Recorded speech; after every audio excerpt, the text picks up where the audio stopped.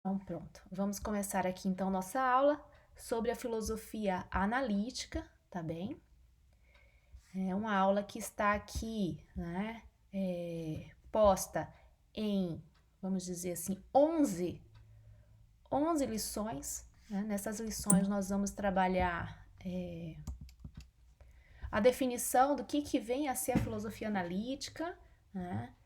Que contexto é esse, né, da filosofia analítica que tem a ver com a questão da linguagem, né? E aí, né, os diversos tipos, né, de análise da linguagem que a gente tem aqui, né? A gente vai ter só uma panorâmica muito geral sobre essa questão e a questão dos significados, né, que é onde vai pautar aí a concepção de verdade da filosofia analítica, tá? Dessa filosofia da linguagem. Então, deixa eu ver aqui. Bom dia, Ana Carolina. Tá aqui, ó, um bom dia dela para mim. Muito bem. Então vamos lá, né? Nós vamos seguir aqui. Então, primeira coisa é a gente entender, né, o que é essa filosofia da linguagem, o que isso significa, né, para a filosofia, para esse momento, né, quando que ele surge também, né? Então, vamos ver aqui. Filosofia da linguagem, da analítica, né, ela vai se misturar um pouco com, né, ela vai estar dentro do contexto da análise da linguagem, por isso que a gente também fala de filosofia da linguagem, como vem no material didático de vocês, tá? E é uma época conhecida como a virada linguística, né, em todos os sentidos de se compreender a verdade das coisas. O foco vai estar na análise da linguagem. Vocês vão entender ao longo da aula por que isso. Né? Então tá aqui, ó. Acredita que os problemas filosóficos possam e devam ser resolvidos por meio de uma análise da linguagem. Né? Quais são os problemas filosóficos, né, que vocês podem assim listar hoje? Né? O principal problema da filosofia que a gente pode ver é a busca da verdade, assim como a ciência também, né? Essa virada linguística vai envolver também alguns aspectos da ciência, principalmente das ciências humanas, né, que diz respeito às concepções de verdade sociais, morais, né, de interpretação do mundo, dos significados desse mundo para o sujeito que vive nessa sociedade, tá? Então, na filosofia, isso vai, né, a gente vai ver mais tecnicamente essa abordagem da linguagem. E claro, tem uma inspiração da área da própria linguagem mesmo, que são os teóricos, né, da linguística, o Saussure, entre outros, tá bem? Então há uma conexão sim com a questão da linguística aqui, né, da linguagem. Então, como que essa análise da linguagem vai resolver esses problemas de verdade, né, de se tem relação com o mundo ou não? Né? Porque nós nos comunicamos, né, interagimos e falamos verdades e dizemos verdades a partir dessa linguagem. Né? Então, que linguagem é essa que expressa essa verdade, né, ou que não expressa essa verdade? Essa aqui é a questão. Qual é a veracidade das coisas? E aí eles vão focar, né, na análise da linguagem para buscar alguma veracidade ou falsidade do que a gente diz, do que a gente fala, né, de como que a gente concebe a verdade. Então eles vão focar, né, na concepção da verdade a partir dessa comunicação mesmo, né, entre os seres humanos. Né? Então por isso, né, que essa comunicação que ela é tão séria, né, para estabelecer a verdade, eles vão se preocupar com o esclarecimento das expressões linguísticas, né? Então, essas expressões da fala, né, da comunicação. E, mais abstratamente, com questões sobre, sim, significado, verdade e referência. Eu estou me referindo a quê? Né?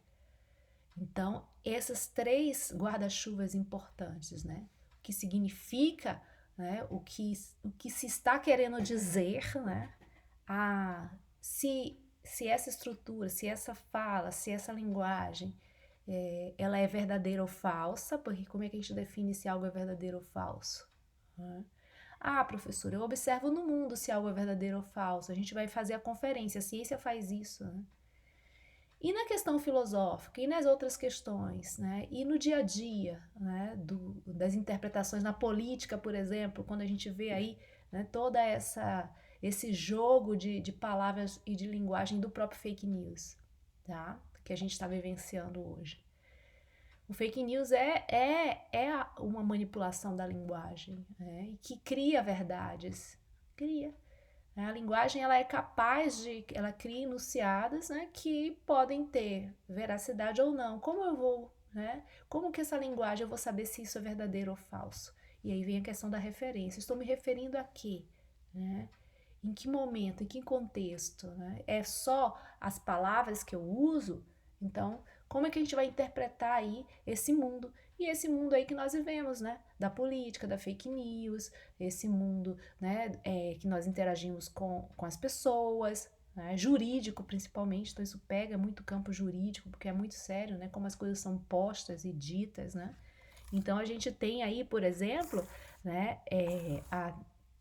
Problemas, né? Em certas abordagens que as pessoas, né, vamos dizer assim, o Twitter, o Facebook, essas redes sociais, elas estão derrubando alguns posts, né, de até autoridades e gente conhecida, justamente porque aquela fala não corresponde à verdade, incita o ódio, né, enfim, mas quem que é? Como que eu vou julgar o que é verdadeiro ou falso?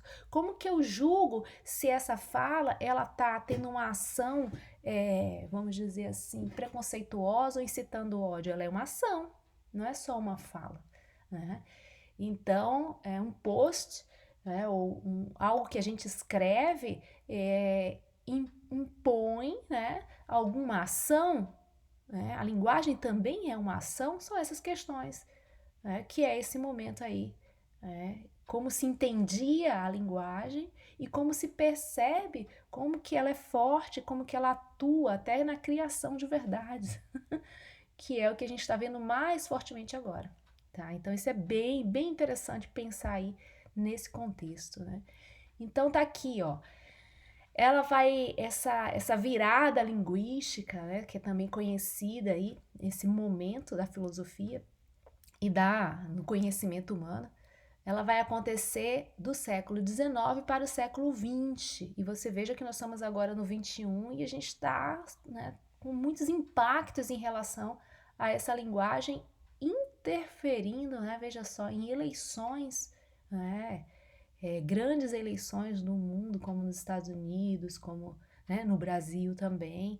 Então, o que é isso, né, essa linguagem que lá, né, do século XIX para o século XX, eles já estavam, né, percebendo essa seriedade desses contextos, né, de linguagem, tá?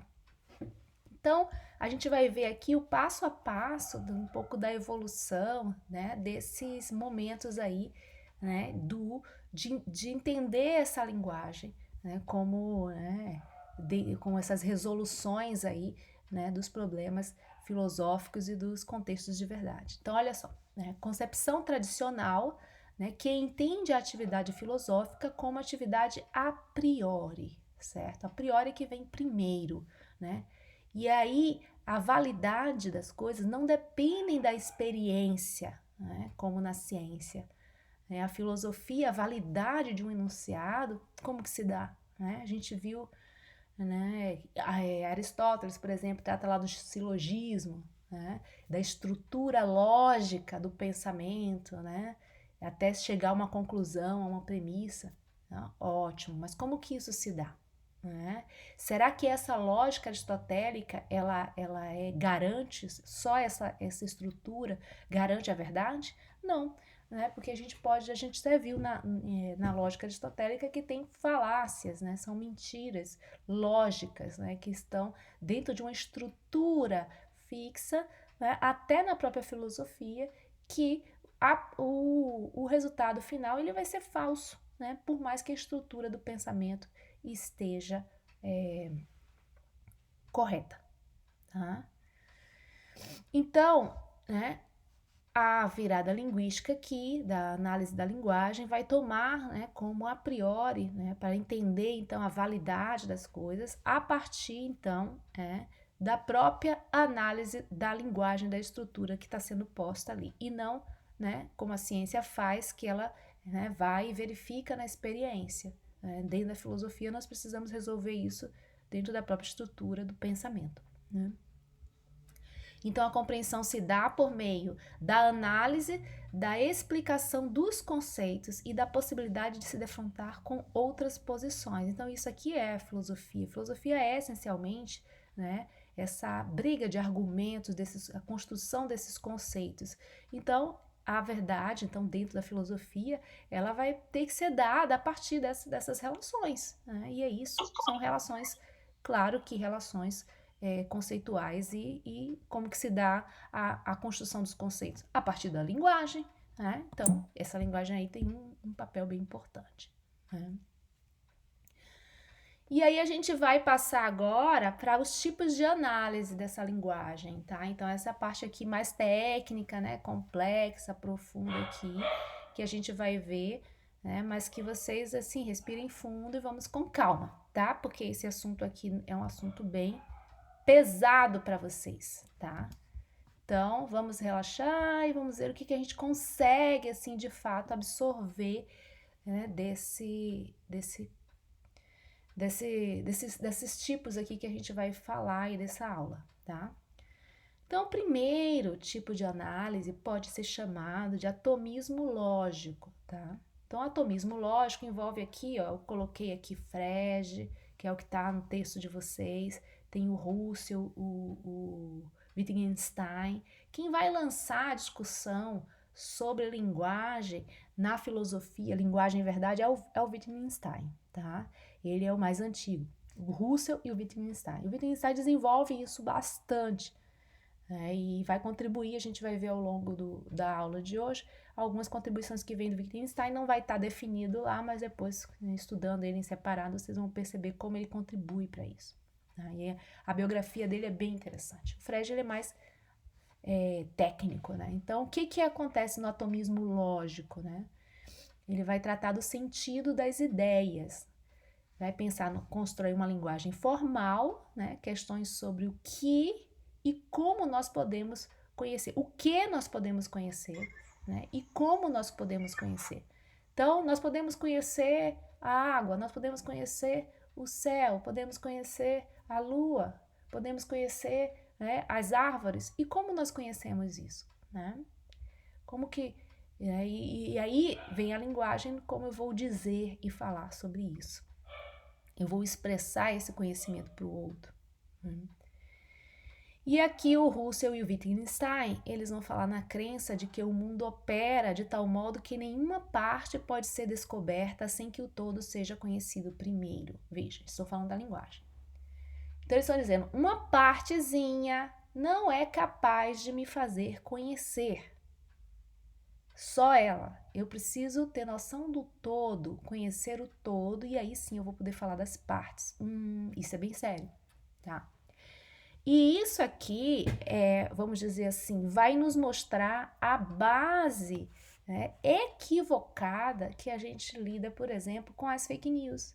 Né? Quando eu distorço a fala de alguém, quando eu olho só um aspecto e não olho o todo. Tá? Então, eu pego um fragmento da fala, eu pego um contexto e trago ele. Né? Então, é o que eles estão dizendo, essa parte não me permite conhecer. Eu preciso conhecer o todo para eu entender a parte. Então, se eu não entendo o contexto que aquela parte está inserida, eu não posso significá-la. Como vocês perguntaram em uma outra aula, um dos alunos perguntaram, professora, então, né, eu não posso dizer o que significa uma palavra isolada. Não. Né? Nessa estrutura aqui, a gente não pode dizer, por exemplo, a palavra manga. O que quer dizer a palavra manga? Né? Tem alguns significados aí. Então, pode ser uma fruta, pode ser a manga da camisa, enfim. E aí? Né? Então, eu preciso saber aonde aquela parte está inserida para eu conhecer o significado da palavra manga naquele contexto específico, naquela totalidade. Eu não posso conhecer isolado, né? Ele não significa, certo? Então, as partes isoladas, elas não teriam um significado, porque podem variar, né? Então, eu só vou definir isso dentro do todo, no conjunto das suas relações. Isso tem a ver um pouco com estruturalismo, tá, gente? Isso aqui é herdeiro também, essa virada linguística tem a ver com a filosofia estruturalista, que vem lá, né, da análise das estruturas familiares, esqueci agora o nome do nosso antropólogo, Levi Strauss, né? E E é mesmo na mesma época que isso tudo está acontecendo. Então, tem toda uma estrutura, essa totalidade e uma parte dessa estrutura. Então, eu só conheço essa parte nas relações com as outras partes. Então, esse que é o ponto mais importante para vocês registrarem aí, né, nesse momento aqui do atomismo lógico. Um outro tipo de análise da linguagem é o positivismo ou empirismo lógico, que aqui tem a ver sim com o campo da ciência, tá? Então, o que ele diz? Intensifica a busca de uma estrutura lógica mais transparente que possa dar conta do funcionamento da linguagem. E, além disso, abandonar os pressupostos metafísicos. Então, aqui está fugindo dessa variação aí de interpretações e está querendo falar de uma estrutura rígida, fixa, né, positiva, objetiva. Quando a gente fala de positivismo, né, lembrando lá o Augusto Comte, né, que vai tratar, né, a verdade de forma objetiva. Tá? Por isso que ele vai abandonar os pressupostos metafísicos de outras interpretações. Então, isso não vale, não abandona. Então, eu não posso considerar nem estudar e nem considerar verdadeiro nenhuma especulação, tá? Nada que seja só uma confrontação conceitual. Então, veja só, para Augusto Comte, isso aí é perda de tempo, né? E é engraçado que essa concepção a gente absorve muito, né, dentro desse processo, que a gente busca verdades objetivas. Então, nossa sociedade ela está muito pautada nesse empirismo lógico. Né?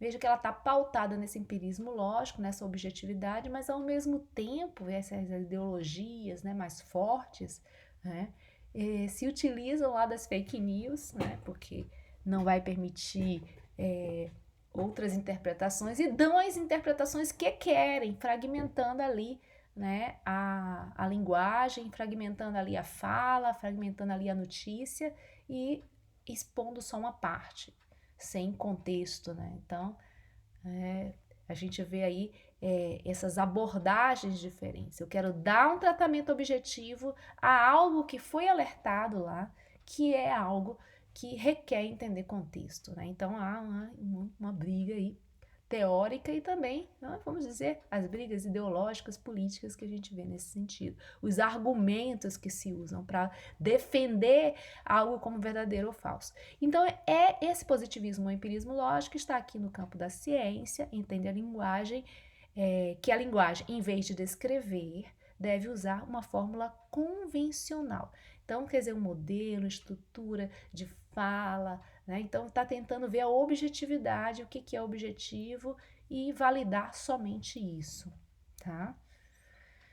Então, seguindo aqui, né, essa abordagem científica, ela vai progredir na medida em que, né, sua linguagem abandona certos pressupostos metafísicos e define convencionalmente, através de uma fórmula, aquilo sobre o que está falando.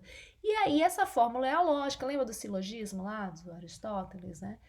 O termo do meio, o termo médio, o termo maior, o termo menor se relacionam assim, assado, e a gente chega lá à conclusão. Isso está lá em Silogismo Aristotélico, se vocês quiserem dar uma olhada depois nesse material, que vocês, segundo ano, né, viu isso só o ano passado, né, e a gente Tem muito material que vocês podem ver sobre essa questão, né, dessa estrutura lógica dos argumentos para poder, então, eu chegar a uma premissa de verdade, né, uma construção de uma verdade. Né, e descobrir se aquela estrutura é falsa, né, ela é falha, né, ou ela é verdadeira. Então, lá o silogismo nos ajuda a pensar isso, que é a lógica na linguagem, por isso que fórmula, né? Então, tem que ter fórmula entre, né, o que é o sujeito, o conceito sujeito, né, um conceito e outro, e nessas relações, o que é maior, o que é menor, para fechar num pressuposto, né, numa premissa que seja verdadeira. É lógica mesmo, é fórmula mesmo, tá? Não, a gente não vai aprofundar nisso, né? Só para quem quer estudar filosofia e a parte da lógica. Tá? Então, nesse caso, o significado de uma proposição depende da sua verificação, sua verdade ou falsidade, né? Encontrar ou não uma situação que corresponda. Né? Então, aqui eles vão trabalhar assim com essas questões de verificação. Tá? Então, veja, eu uso a fórmula e tem a verificação. Então, tudo que eu não puder verificar, não vou considerar, tá? E ainda dentro dessa estrutura de forma. Aí a o terceiro tipo de análise da linguagem, né? Então, uma das abordagens é essa, que é a impossibilidade. São abordagens diferentes, tá, gente? Então, esses tipos de análise são grupos diferentes que vão fazer a análise da linguagem. Então, eles não estão convergindo entre eles, não necessariamente, né? Não estão. São abordagens aí, né, de grupos de filósofos que vão defender a verdade construída de um modo ou construída de um outro. Né? Então aqui vai tratar da impossibilidade de redução. Considera que as imprecisões e generalizações dos termos da linguagem ordinária deveriam ser entendidos da maneira como se manifestam. Então veja, né? Elas não devem ser reduzidas a termos mais simples a partir de termos gerais. Então eu preciso que aqui tenha a ver sim com eu considerar aquele contexto maior, né? Lá do que a gente viu no início. Né? Então eu não posso reduzir uma parte de novo, né? Reforçando aquela abordagem. Eu não posso entender uma parte ou reduzir tudo a uma parte. Eu tenho que entender dentro da complexidade. E aqui ele fala aqui, ó, serem entendidas da maneira como se manifestam. Então aqui inclui algo a mais, que não nem é só, né, o contexto da estrutura, vamos dizer, a totalidade da fala, se eu pegar só a nível da linguagem. Né? Então, a maneira como se manifesta não é só a linguagem falada, essa técnica, né, que a gente tem aí da estrutura da gramática. Não, envolve, né, como eu digo. Né? Eu falei num tom agressivo, eu falei num tom de brincadeira, eu falei como. Né? E aí é bem interessante, porque a gente tem algumas falas, né, que são muito pesadas e que, né, descontextualizadas, ou se eu não vejo como aquilo foi dito, eu posso entender que foi uma agressão e pode ter sido, né? Então, daí, por exemplo, nas nossas redes, né, sociais, lá no WhatsApp, né, a gente tem os emotions, né, essas carinhas, essas coisas para amenizar ali, ou para dizer o sentido, a maneira como nós estamos falando. Né? Então, às vezes, uma coisa que se eu não coloco lá a emoção, né, para identificar como eu estou querendo dizer aquilo, pode soar agressivo, né? Então eu posso falar uma coisa, né, grosseira, mas que eu coloco uma risada, que eu coloco um bonequinho, mas aí aquilo vai entendendo que foi a maneira como foi dito. Então é para ajudar a gente nessa linguagem escrita, né? Porque a gente não tem ali a pessoa ouvindo o nosso tom de voz, então se a gente às vezes não põe, né, uma referência ali de que tipo de emoção para amenizar algumas falas, as pessoas e não põe nada, pode ser muito frio, né? E aí, veja, né, criar algum problema, não era bem o que eu queria dizer, não era bem o que eu queria falar. Então, até na linguagem escrita aí dessas redes sociais, a gente já está tendo, né, instrumentos para a gente tentar mostrar essa maneira como que, né, aquela fala, aquela linguagem está se manifestando. Então, é bem interessante pensar porque tem a ver com isso. Diga! Alguém quer falar? Oi, a respeito disso, acontece muito comigo, tipo, assim, quando, mesmo mesmo estar falando com a pessoa. Às vezes, pelo tom da minha voz, por exemplo, acontece muito de eu fazer uma brincadeira com a pessoa, mas pelo tom da minha voz, a pessoa acha que eu tô falando sério. Ela me olha com uma cara, tipo, como se eu tivesse, tipo, entendeu? E eu falo, eu tô brincando, calma. Isso. Tipo, pelo tom da voz, porque parece que eu tô falando sério, mas na verdade eu tô fazendo uma brincadeira. Isso, E porque é uma dos emoticons também, tipo, eu faço muito isso. Tipo, eu leio a mensagem e eu, nossa, parece que... Eu acho que a pessoa pode ter uma segunda interpretação, eu coloco um emoji. Ou se eu não coloco um emoji, eu falo, interprete da seguinte maneira. Exatamente, para esclarecer, senão vai dar problema. Então, nos ajuda muito. Então, é mostrar o contexto. Então, por exemplo, às vezes a gente fala alguém, cala a boca, brincando, né? E aí, na verdade, que é um cala a boca, mas não é um cala a boca delicado, né? Do que o cala a boca, então, entende? Em sala de aula, quando a gente pede silêncio, então é uma coisa terrível, né? E às vezes a gente brinca assim, cala a boca, brincando, né? Mas se for grosseiro, é uma ofensa do professor para com o aluno, não deve ser grosseiro assim. Né? Mas pode ser dentro de um contexto. Então, se alguém disser, pô, a professora falou cala a boca em sala de aula, que contexto, né, que ela falou? Um cala a boca bem carinhoso, ou foi um cala a boca, né? Realmente ela estava muito chateada e tal. Então, a gente que é professor lida muito com isso e tem que ter muito cuidado, né? Com os contextos de fala, sim, né? Para não soar agressivo. A gente fala palavras pesadas, mas tenta amenizar ali, né? Né, como na manifestação, às vezes é na manifestação, é uma brincadeira. É uma brincadeira que diz uma verdade, mas que é suave, né? Como vocês estão trazendo aí. Então, é essa impossibilidade de redução. Eu não posso reduzir o cala-boca da professora, né? Só o cala-boca, porque, nossa, um cala-boca é algo extremamente preocupante, né? A professora falou em sala de aula, nossa, cala-boca, né? E né, igual com as brincadeiras que vocês fazem aí, que às vezes né, eu não posso reduzir só aquela. Para eu interpretar, para eu compreender a verdade daquela fala, eu não posso reduzir nem a fala ela mesma. Né? Mas a pessoa falou isso, mas né, qual foi a maneira como falou? Né?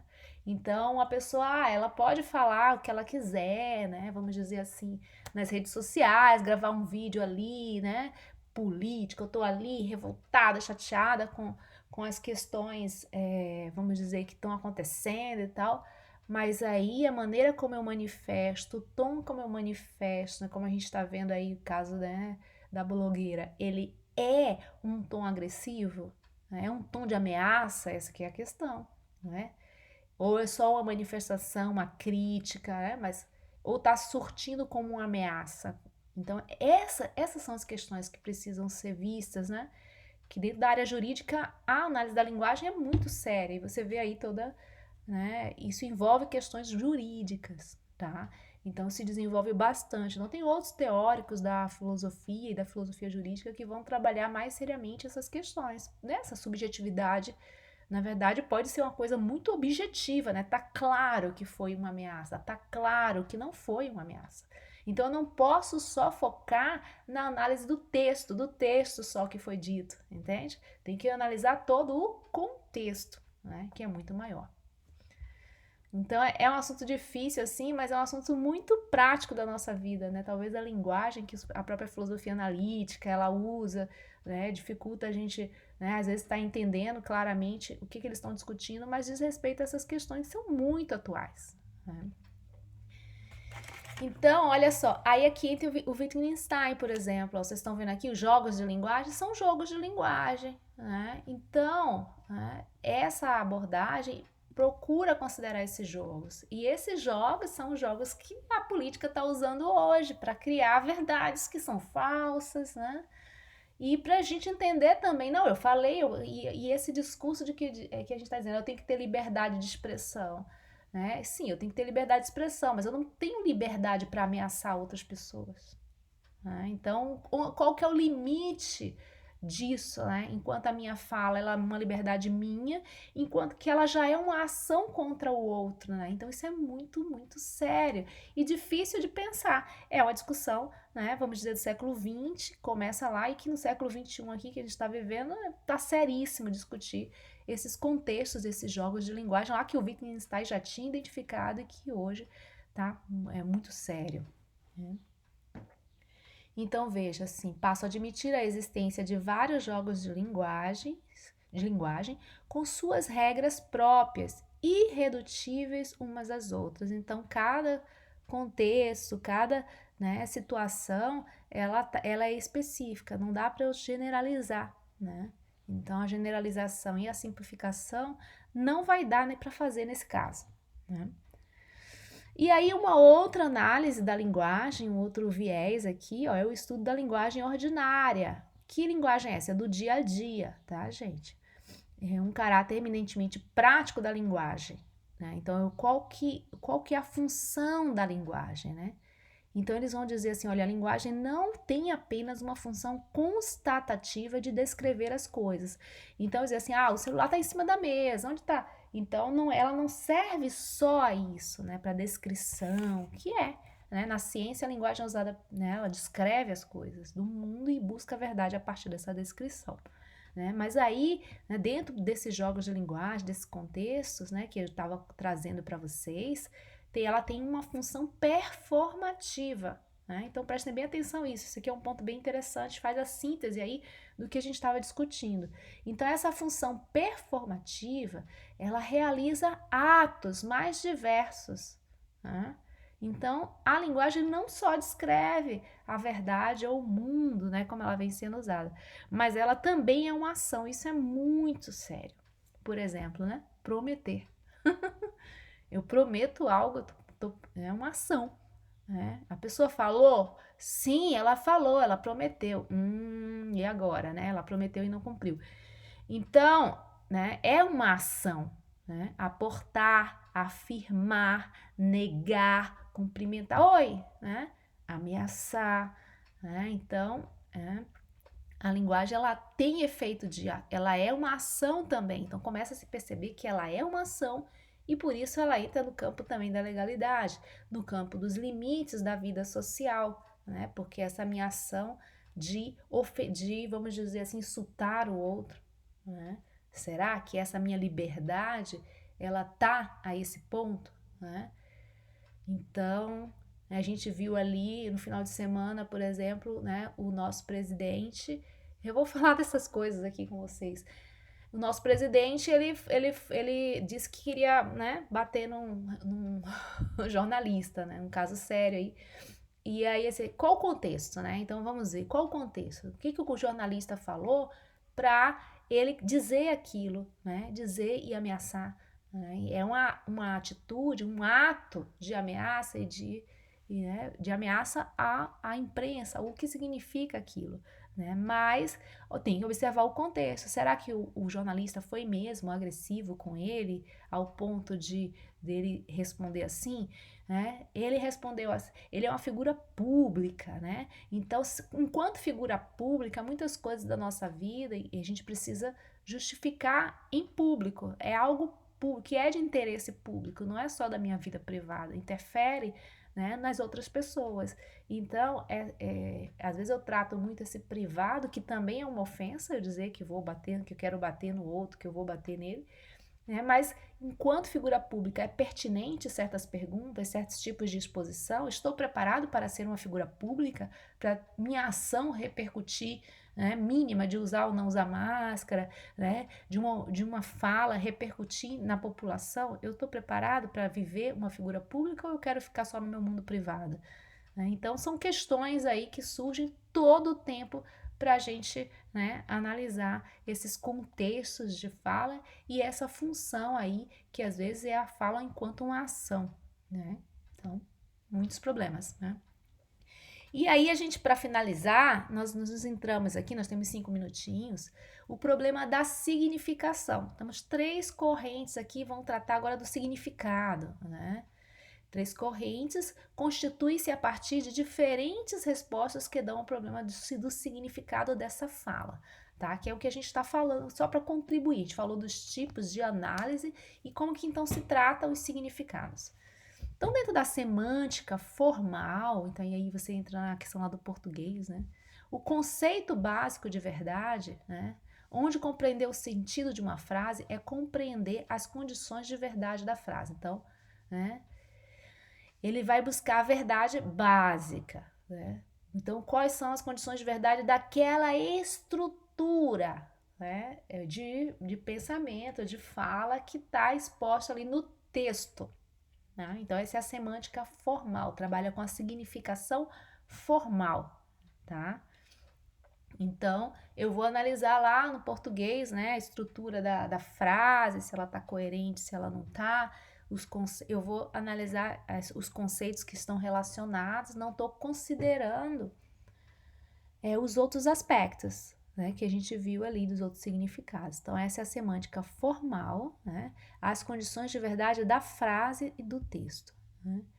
A semântica intencional, né? Compreender o significado de uma frase, então, significa compreender o que se quer dizer ao se proferir a frase, isto é, o tipo de resposta que se quer evocar no ouvinte, a intenção comunicativa. Então, às vezes eu faço uma brincadeira, eu falo o contrário do que eu quero dizer, né? E aí a pessoa tem que entender, qual que é a intenção da fala? Ela está sendo irônica, por exemplo, né? Eu não estou dizendo aquilo, estou dizendo o contrário, mas eu falei aquilo ironicamente, exageradamente, para mostrar a proporção inversa, por exemplo, né? Então, não posso tratar aí, né, diretamente, às vezes, do que a gente estava vendo aqui, ó. Vou voltar aqui, né, do que é apenas as condições de verdade da frase, né? Eu tenho que ver a intenção também, como que se tá, né, que está sendo dito aquilo. E a pragmática formal, né, para a gente fechar aqui a nossa aula, né? O conceito fundamental é o ato da fala. Aqui a gente se torna muito mais complexo, né? Compreender o significado de uma frase é compreender as condições de aceitabilidade do ato da fala específico que foi realizado com o proferimento da frase. Então, assim, esse ato da fala, né? Então, todas aquelas variações, né, que a gente viu lá dos jogos de linguagem, né? Então, essa é a pragmática formal, que é a prática, né? Na ação. Como é que aconteceu aquela fala? Foi só um cala-boca, né? Em que sentido foi que foi dito aquele cala-boca, né? E a filosofia analítica da linguagem, então, é uma concepção metódica da filosofia. Então, é um método também de se tentar entender, vamos dizer assim, né, a própria condição de verdade, né, dos textos, da fala, das intenções, muito mais amplo do que só, às vezes, como alguns vão tratar, né, a verdade, então, como só o textual, né? Então, é só o textual? É um fragmento, né? É a estrutura toda, e essa estrutura toda da fala, mas e aí eu considero também a questão prática, né? Quer dizer, vamos dizer, né, as condições pelas quais foi dito e como foi dito, né? E assim, então, pessoal, a gente encerra aqui, ó, a nossa aula de hoje,